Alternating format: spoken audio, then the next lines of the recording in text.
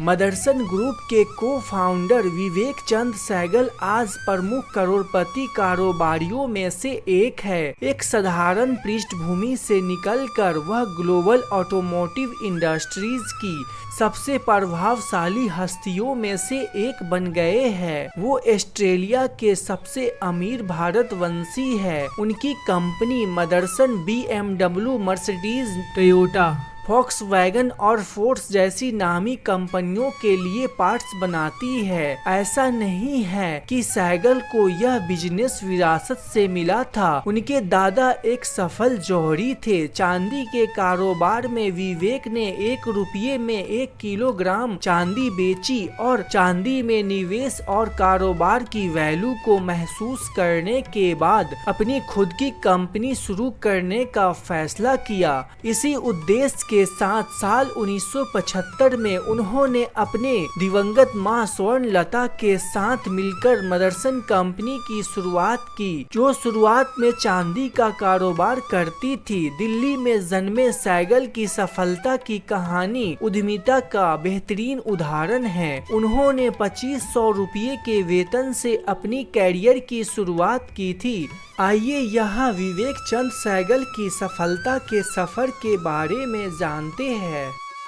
विवेक चंद सहगल का जन्म 1 फरवरी 1957 को दिल्ली में एक जौहरी परिवार में हुआ था और उन्होंने अपनी एजुकेशन राजस्थान के पिलानी बिरला पब्लिक स्कूल से पूरी की। फिर दिल्ली विश्वविद्यालय से ग्रेजुएशन की डिग्री ली और पढ़ाई पूरी करने के बाद 18 साल की उम्र में चांदी का कारोबार करने लगे। शुरुआत में कंपनी चांदी का व्यापार में थी। उन्होंने साल 1970 में 1 किलोग्राम चांदी से अपनी व्यापारिक यात्रा शुरू की। कुछ समय तक वो छोटे स्तर पर सिल्वर ट्रेडिंग करते रहे। इससे उन्हें हर महीने लगभग 2500 रुपये की कमाई होती थी। चांदी का फुटकर व्यापार करते हुए सहगल भाप गए कि इस धंधे में अगर बड़े लेवल पर किया जाए तो अच्छी कमाई हो सकती है। साल 1971 में उन्होंने अपनी मां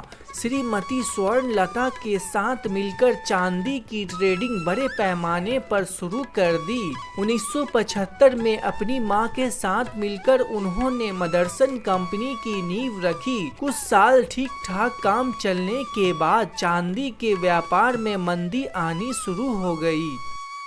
समय के साथ चांदी के व्यापार में गिरावट आई। विवेक चंद सहगल ने चांदी की ट्रेडिंग की एक बड़ी फर्म के दिवालिया होने पर चांदी के व्यापार से निकलना ही उचित समझा। इस तरह उन्होंने ऑटोमोबाइल व्यवसाय में कदम रखने के लिए एक रणनीतिक कदम उठाया। यह रणनीतिक बदलाव वास्तव में गेम चेंजर साबित हुआ। मदरसन को ग्लोबल दिग्गज के रूप में उभरने में मदद मिली।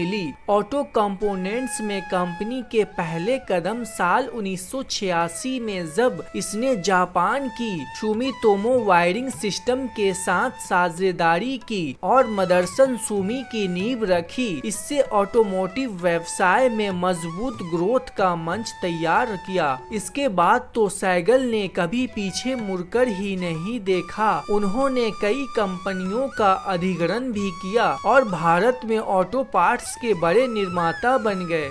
जब से विवेक चंद सहगल ने मदरसन ग्रुप की बागडोर संभाली है, कंपनी का काफी विस्तार हुआ है। वह मदरसन ग्रुप के चेयरमैन हैं। यह समूह 41 देशों में फैला हुआ है। इसकी 350 से अधिक मैन्युफैक्चरिंग यूनिटें हैं। ग्रुप में 1,35,000 से अधिक कर्मचारी काम करते हैं। यह ग्रुप ऑडी, BMW, मर्सिडीज जैसे प्रतिष्ठित कार का निर्माताओं के लिए wiring harness, vision system, module और पॉलीमर प्रोडक्ट बनाती है। साल 1995 में विवेक चंद सहगल ने मदरसन ग्रुप के दैनिक कार्यों से खुद को अलग कर लिया और चेयरमैन का पद संभाला। अब ग्रुप के बिजनेस को उनका बेटा संभालता है। विवेक चंद की ज्यादातर आय संवर्धन मदरसन इंटरनेशनल से आती है, जिसे मदरसन सुमो के नाम से जाना जाता है।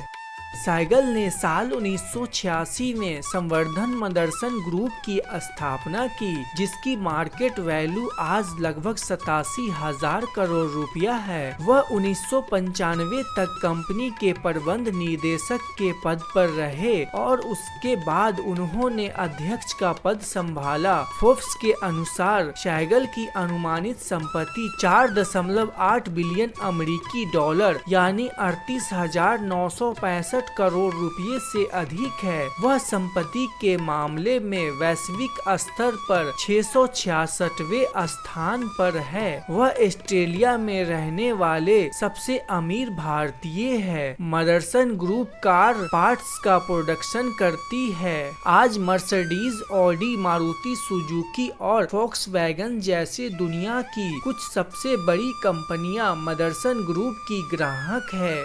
2021 में उन्हें भारत की सबसे अमीर सूची में 49वें स्थान पर जगह मिली थी।